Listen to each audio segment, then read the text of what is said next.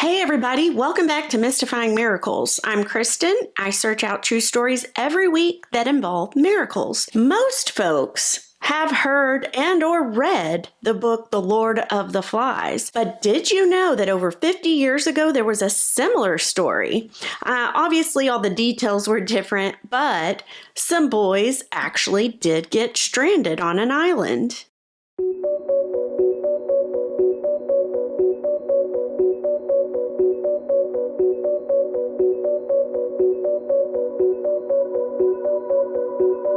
It was 1965 when a group of boys actually did get stranded on a small island for over 15 months. This is their story and their miraculous survival. So in 1965, a boy named Manu and 5 of his friends, they were attending a boarding school in Tonga. Well, like boys do, they get bored. They were tired of being in boarding school. It was just a drag. They were looking and just seeking for adventure. Now, all the boys, they ranged in age from 13 all the way up to 19. And one day, they just decided to be a little bit rebellious and seek out that adventure.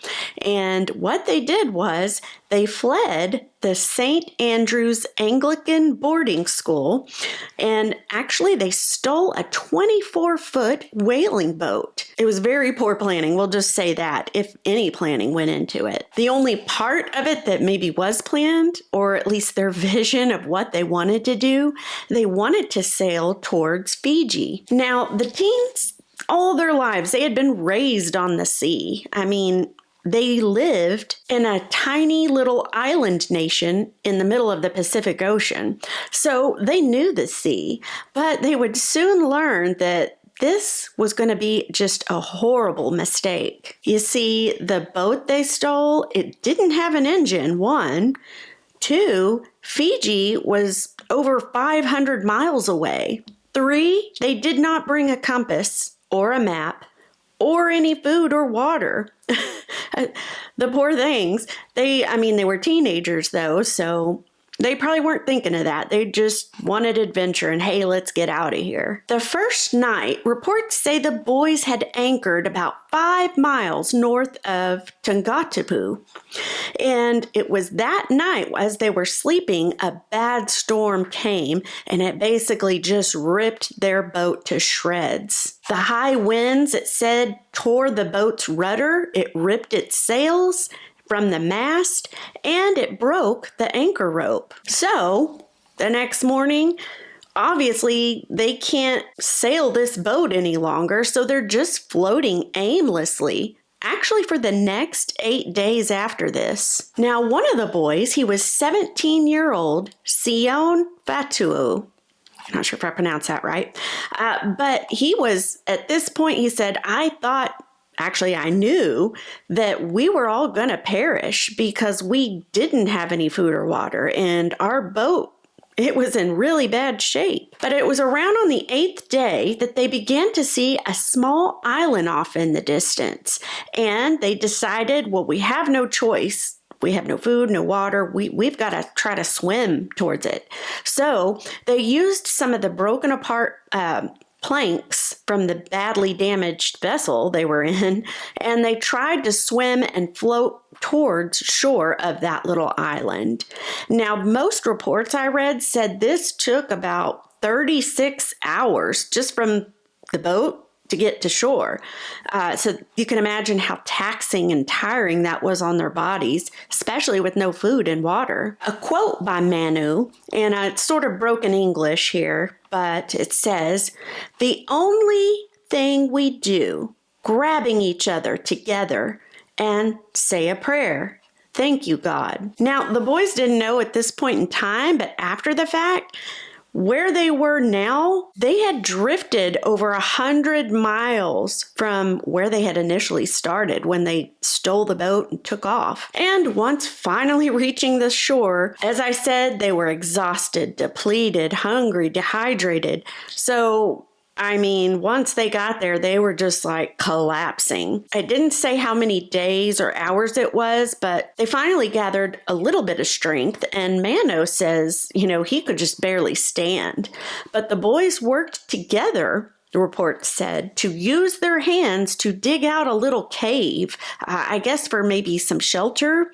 I'm not sure where on the island or how, other than using their hands, the report said. They also began to hunt the seabirds for food because they were starving. They did eventually catch some fish as well, but everything they had, of course, they had to eat raw because they didn't have fire. And, this part's gross too, to quench their thirst, the seabirds that they caught for food and they ate, well, they would use the blood of the seabirds to drink to, I guess, try to rehydrate themselves. Gross.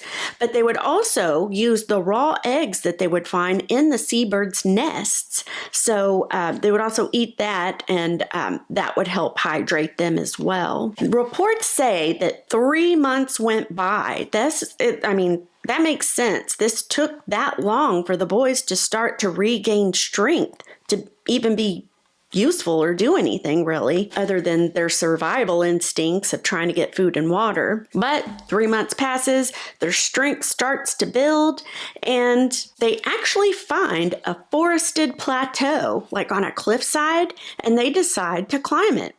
They do so, and at the top they find a clay pot, some feral chickens, and a machete. Apparently, all these things had been left behind by a Tongan community, like nearly a century ago, is what reports said that I read.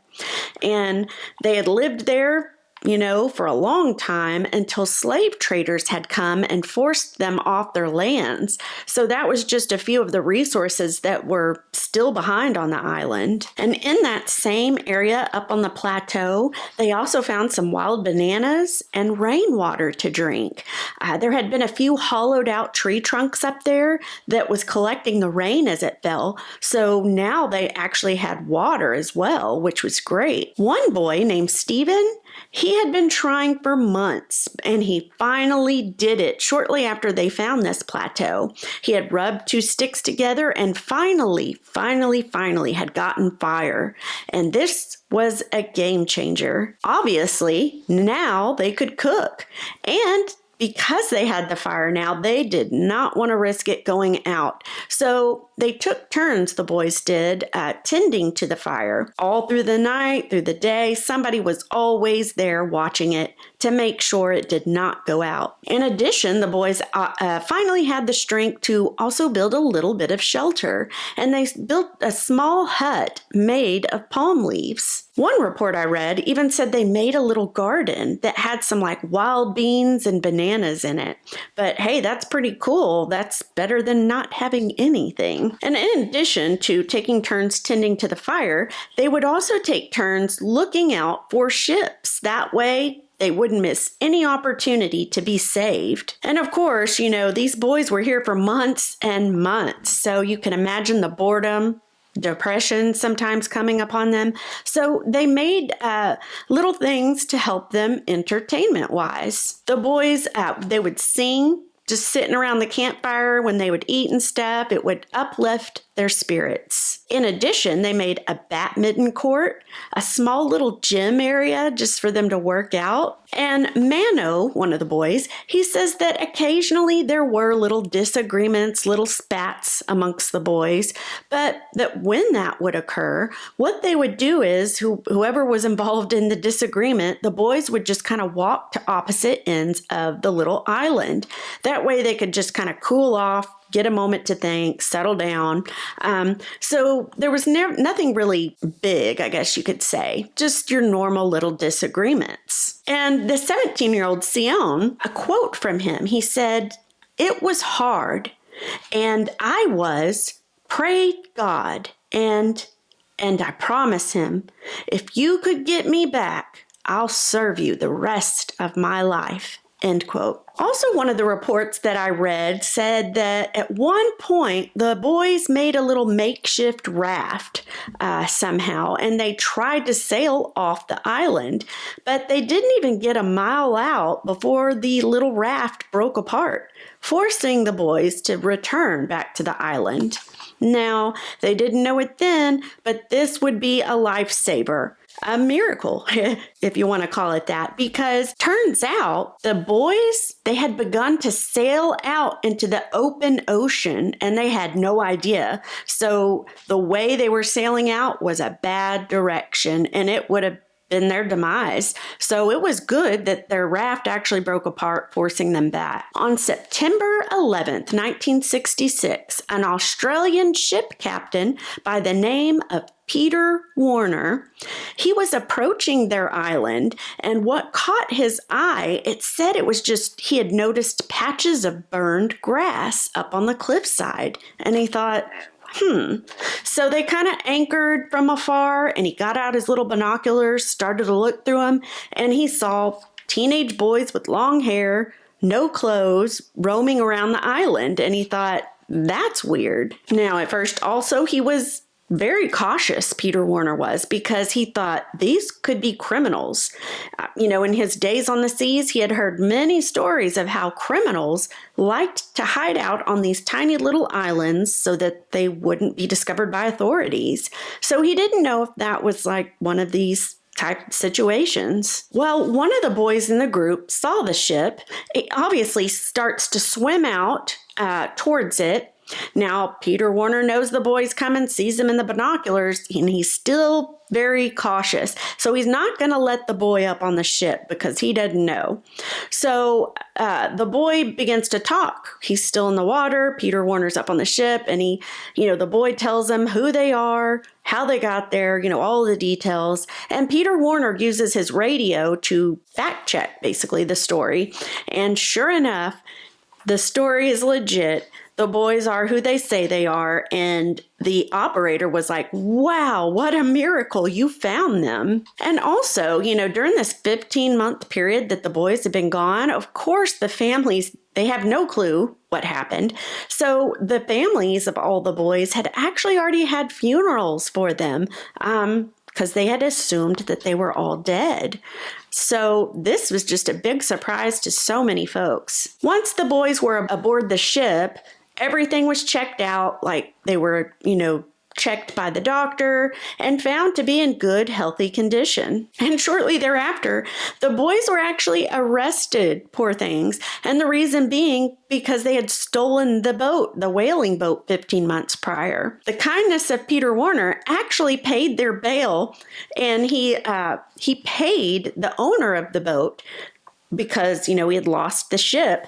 And so he paid him off, and that was able to put in motion to release the boys. Peter Warner decides to sail the boys back to their homeland. And, I'm not sure how long this all happened before they started sailing back. I don't know if they were there for, weeks, days, a month. I'm not sure. I couldn't find that in the reports.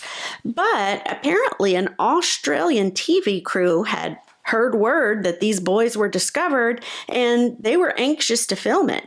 So they flew out, boarded Peter Warner's ship, and started documenting everything. And they actually sailed back home because they wanted to film the homecoming of the families and the boys reuniting for the first time. Of course, once they got there, there was crying, there was hugging, there were tears of happiness. And of course, their culture, they feasted for days, like celebration that, the boys were alive and had been found. And of course, everyone, the families, the TV crew, anyone that heard this story back then all knew that this was surely and indeed a miracle. Now, once things did finally settle down, the boys had no interest in returning to the boarding school. So instead, they started up a fishing business in Tonga for Peter Warner, the Australian captain. And Sion, remember him, 17-year-old Sion? He kept his promise to God because shortly thereafter, he ended up becoming a minister. Manu, He wanted to be a chef, so he became one, and he ended up moving to Australia. To this day, Mano and Peter Warner are still very close friends. Now, when researching this story, what I found is that not many knew about this story for 50 years. It just wasn't in circulation a lot. And the only reason it kind of became more known is because of a man named Rutger Bregman. And in 2020, he had seen random internet reports about the boys and, their 15-month stay on this deserted island, and he was so intrigued and he wanted to know more. So he set out to research and meet with some of the boys, and he ended up writing a book named Humankind: A Hopeful History. Now, I haven't read that book, but I think that would be really interesting to do so. These kind of stories just are fascinating to me. But I want to know what you guys think. Had you heard of this one before? I had not, but definitely some miracles of them being found. Just the little things like when the raft broke apart so that they wouldn't be just floating aimlessly in the ocean. Yeah, lots of little ones in this one. Let me know what you think. I thank you guys so much for watching, and I'm going to see you guys for the next one.